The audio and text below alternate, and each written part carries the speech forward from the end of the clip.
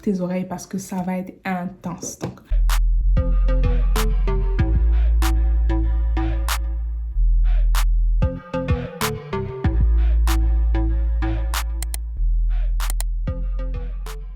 bonjour à tous, on se retrouve pour une nouvelle vidéo. Je ne sais pas comment vous intituler ça, mais je vais vous parler en fait de paroles que j'ai reçues. Je ne pensais jamais faire cette vidéo, elle n'était même pas prévue. C'est juste que vraiment ce matin, j'ai eu la conviction de faire ça. Je commence dès maintenant. Il y a une parole en fait. Donc, comment je vais faire cette vidéo? Je vais dire la parole. Je vais dire comment le Seigneur m'a parlé, comment c'est venu dans mon cœur ou comment je l'ai reçu et ce que j'en pense par derrière, comment moi-même j'ai médité cette parole et comment elle m'a aidé. Les 6 paroles que je veux vous délivrer dans cette vidéo et que je sais que ça va bénir quelqu'un. En tout cas, n'hésite pas à me dire en commentaire ou sur Instagram en DM quelle est la parole qui t'a touché, quelle est la parole qui te parle, quelle est la parole qui, en ce moment, c'est ta situation et tu as besoin d'entendre ça. Je crois que le Seigneur peut faire des choses comme ça. N'hésite pas aussi à partager cette vidéo-là autour de toi pour que ça bénisse quelqu'un, pour que quelqu'un entende ces choses. Parce que, comment vous dire, ces paroles-là ne sont pas des choses que j'ai entendues. J'ai pratiquement pas jamais, mais j'ai pratiquement pas entendu ces types de messages-là. Ce ne sont pas des messages qu'on dit tout le temps, tu vois. Donc vraiment, essaie de vraiment partager autour de toi pour que ça bénisse quelqu'un. Donc je commence maintenant. La première parole que je veux vous dire, c'est que le Seigneur, il m'a clairement dit, c'est moi qui élève. Je lis, hein, voilà pourquoi. C'est moi qui élève, c'est moi qui donne la promotion. Mais tout cela dépend de ton cœur pour moi. Tout cela dépend de ton intimité avec moi. C'est moi qui ouvre les portes que personne ne peut fermer. Et c'est grâce à ton cœur et à ta relation avec moi que je te ferai entrer dans des lieux où tu n'es pas censé être, au vu de ton âge, au vu de je ne sais quoi, au vu de beaucoup de critères. Moi, je l'ai reçu. En fait, j'étais en train de prier. Je sais que je partais en stage. Et pour moi, en fait, je pensais que quand j'ai reçu ces paroles, le Seigneur voulait me dire que j'allais... comment dire, en fait, que j'allais progresser dans ce travail-là et que j'allais vraiment grandir, en fait, tu vois. Moi, je pensais même pas à un ministère ou quoi, parce que j'avais déjà reçu la vision de Iceberg, mais j'étais pas en mode j'allais faire YouTube ou quoi. C'était vraiment pas dans mes pensées. Et pour moi, c'était vraiment niveau carrière, niveau stage, niveau entreprise. Le Seigneur allait me faire entrer dans des endroits pour travailler, alors que peut-être je ne suis pas censée être dans la norme, en fait, tu vois, et que par sa faveur, par sa grâce, il me ferait entrer dans des lieux. Moi, c'est comme ça que j'avais compris, tu vois. Et comment j'ai reçu, j'étais en train de prier, justement, je priais le matin avant d'aller au travail et je méditais ma Bible et la parole est venue comme ça. Je sais très bien que j'étais dans Matthieu, je ne sais plus qu'est-ce que j'étais en train de méditer, mais c'est venu comme ça. C'est venu comme ça. C'est moi qui élève. Et ce que je veux dire au travers de cette parole, c'est que je veux dire à quelqu'un que ne te débats pas pour chercher la promotion. Ne te débats pas en fait pour toutes ces choses parce que le Saint-Esprit est capable d'ouvrir les portes. Le Seigneur Jésus est capable d'ouvrir les portes. Tout ce que tu as à faire, c'est de rester caché en lui, de chercher sa présence, de l'aimer, de grandir dans ton intimité avec lui. Et alors que tu fais ces choses, il ouvre les portes devant toi lui-même. Et quand c'est lui-même qui ouvre les portes, quand c'est lui-même qui donne la faveur, en fait, tu n'as rien à forcer, en fait. Toutes les choses viennent d'elles-mêmes. Le Seigneur lui-même, il contacte des personnes, il déplace ses pions et tout marche pour le mieux. Donc, vraiment, je veux dire à quelqu'un ici, peut-être tu es dans le ministère, peut-être que c'est en fonction de ta carrière, peut-être que c'est en fonction de beaucoup de facteurs. Le Seigneur dit, c'est moi qui élève. C'est lui qui établit. Les hommes peuvent applaudir, les hommes peuvent t'élever, mais les hommes, en fait, quand ils élèvent, il y a toujours un intérêt. Et quand tu fais une petite erreur, ils sont capables de te redescendre, en fait. Entre-temps, lorsque Dieu il t'établit, il t'élève, il t'établit en fait. C'est-à-dire que ce n'est pas une position où tu vas partir. Non, il t'établit. Tu es là et personne ne peut te déloger en fait de cette place parce que c'est Dieu qui élève. Voilà. Donc, c'est la première parole que je voulais dire à quelqu'un. J'espère qu'elle va te bénir. Donc, note parole 1 si c'est cette parole-là qui te bénit. Donc, pour la parole 2, c'est cette parole que j'avais carrément oubliée de mon esprit. Quand j'ai repris mes carnets et que j'ai relu, je me suis dit, waouh! Waouh, Saint-Esprit, tu fais des choses extraordinaires. Et en fait, je me rappelle très bien de cette parole, mais je l'avais oubliée. Mais quand j'ai repris mon carnet, voilà pourquoi il est important de noter tout ce que Dieu vous dit. Tout ce que Dieu vous dit, il faut noter parce qu'on est on est des hommes, on peut oublier, quelle que soit la bonne mémoire. Moi, j'oublie pas les choses comme ça, hein, mais quelle que soit la bonne mémoire qu'on peut avoir, on peut oublier tout simplement. Donc, notez les choses. Voilà pourquoi, quand le Seigneur m'a dit, parle de ça, bah, je suis allée juste prendre mon carnet. Ça a été facile pour moi de retrouver et il a éclairé directement mon esprit sur quelque chose. Et voilà. Donc, la parole dit, apprêtez-vous, hein, parce que même moi, je n'étais pas prête. Soyez parfaits comme votre Père Céleste. Ne soyez pas parfaits parce que vous faites du sport ou que vous avez telle ou telle forme. Je ne sais pas si ça te parle, mais laisse-moi t'expliquer. J'étais dans une période où je disais, je ne veux pas grossir. Donc, j'étais en train de me... Tu vois, j'étais en mode, ouais, je pensais à ça, mais pas que je pensais à ça tous les jours, mais je pensais quand même à ça. Et j'étais en mode, ouais, il faut garder la taille, il faut... Voilà, et tout. Mais j'étais pas, ce jour-là, c'est pas comme si ce jour-là, je pensais à ça nécessairement. Mais je sais que je dormais et c'était comme un songe. Et quelqu'un m'a dit ça. C'est comme une voix, en fait. C'est une voix. J'ai pas vu la personne, mais une voix m'a dit ça. Et m'a dit les mêmes mots. Et j'étais en mode, what? Ça veut dire quoi ça, en fait? Et j'ai compris alors tout simplement que c'est bien de faire du sport, c'est bien de s'occuper de sa taille, c'est bien de chercher à être en bonne santé. Mais il faut que tu te dises que tu n'es pas parfait parce que tu fais ces choses. Tu n'es pas parfait lorsque tu atteindras ces formes ou quand tu feras 4 heures par jour de sport. Tu seras parfait lorsque tu ressembleras à Christ. Et tu peux faire toutes ces choses sans ressembler à Christ. Alors tu n'es pas parfait. Tu vois un peu ce que je veux dire. Le Seigneur a juste voulu me faire comprendre que, et te faire comprendre aussi par la même occasion que tu es parfait parce que tu ressembles à Christ. Donc ton focus doit être sur je veux ressembler à Christ. D'accord? Je ne sais pas si ça va parler vraiment à quelqu'un. La troisième parole dit, sache que si ce que tu fais pour Dieu ne te coûte pas, ce que tu fais ne vaut rien. Si ça ne te prend pas quelque chose de sérieux, de précieux, alors c'est vain. Et cette parole-là, je me rappelle très bien. Je me rappelle trop bien. Et j'étais encore en stage. Je devais être au stage à 9h. Et j'habitais un peu loin. Vous savez, Nice, c'est décomposé en Nice Est, Nice Ouest. Et moi, j'étais à Nice Est. Et je travaillais à Nice Ouest. Donc, ça prend vraiment 1 heure, quoi. Et vraiment 1 heure pour y aller. Donc, je sortais de chez moi. Il était 7h50, je sors. Donc, je devais me lever bien plus tôt et je devais passer un temps conséquent avec Dieu. Et je devais aussi m'apprêter pour aller et sortir à 7h50. Et encore, pour pas être en retard, souvent, je sortais un peu plus tôt. Et en fait, je crois que ce matin-là, j'étais vraiment fatiguée. Et quand j'étais en train de m'apprêter, je m'appelle très bien. J'étais devant le miroir et je disais, mais Seigneur, alors qu'il y en a d'autres qui font pas tout ce que je fais, mais qui sont quand même bien. Tu vois, et pourquoi il faut que, tu vois, tu sacrifies des heures de sommeil, tu es fatigué, clairement, c'est vrai, tu vois. Et là, le Seigneur met cette parole dans mon cœur. C'était comme une conviction. C'était comme une parole, mais dans mon cœur. Je sais vraiment pas comment expliquer ça. Il a dit, si ce que tu fais pour moi ne te coûte rien, c'est vain. Et c'est alors que j'ai compris que le Seigneur prend plaisir au sacrifice. Il prend plaisir aussi.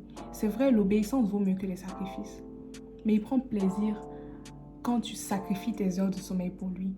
Il prend plaisir quand il voit que tu laisses quelque chose de précieux pour passer du temps avec lui. Il prend plaisir à cela.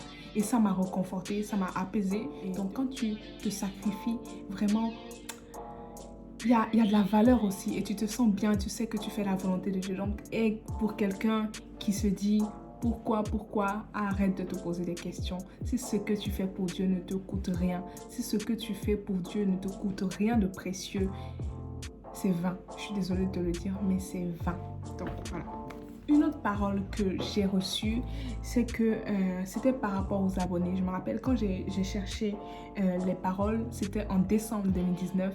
Et en fait, le Seigneur m'a réveillé un matin et il m'a parlé en fait par rapport aux abonnés.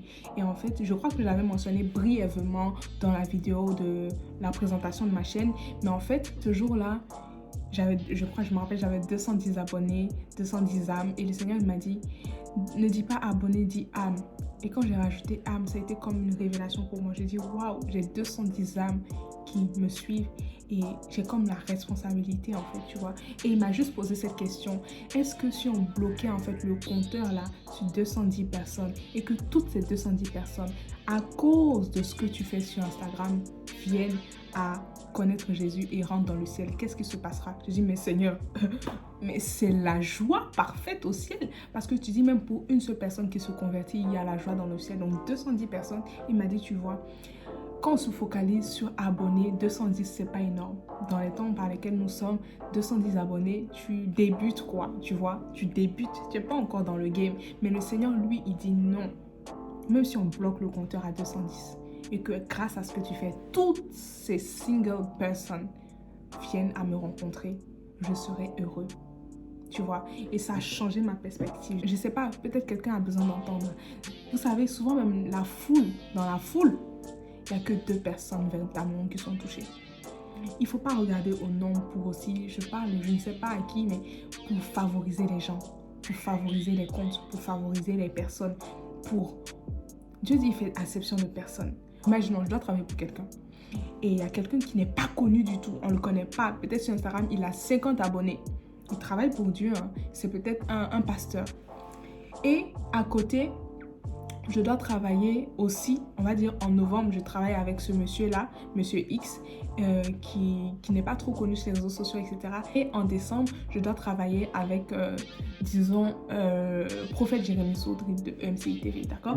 Et si, dans ma tête, je me dis, ouais, MCI TV, je vais charbonner, je vais travailler, tu fais erreur en fait. Tu fais erreur. Parce que tu as vu la notoriété, parce que tu as vu l'excellence, tu as vu EMCI TV, tu dis waouh, là-bas, il faut que je bosse plus parce que j'ai plus d'opportunités. Et le monsieur qui a 50 abonnés, le pasteur là, tu le négliges un peu, tu fais le travail là comme ça, un peu négligente.